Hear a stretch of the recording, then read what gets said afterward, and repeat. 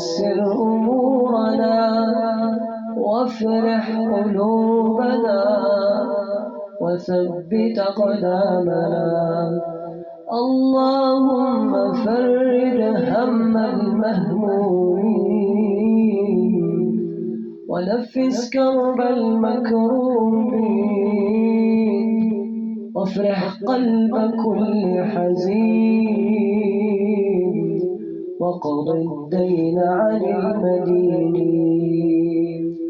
اللهم اشف كل مريض وعاف كل مبتلى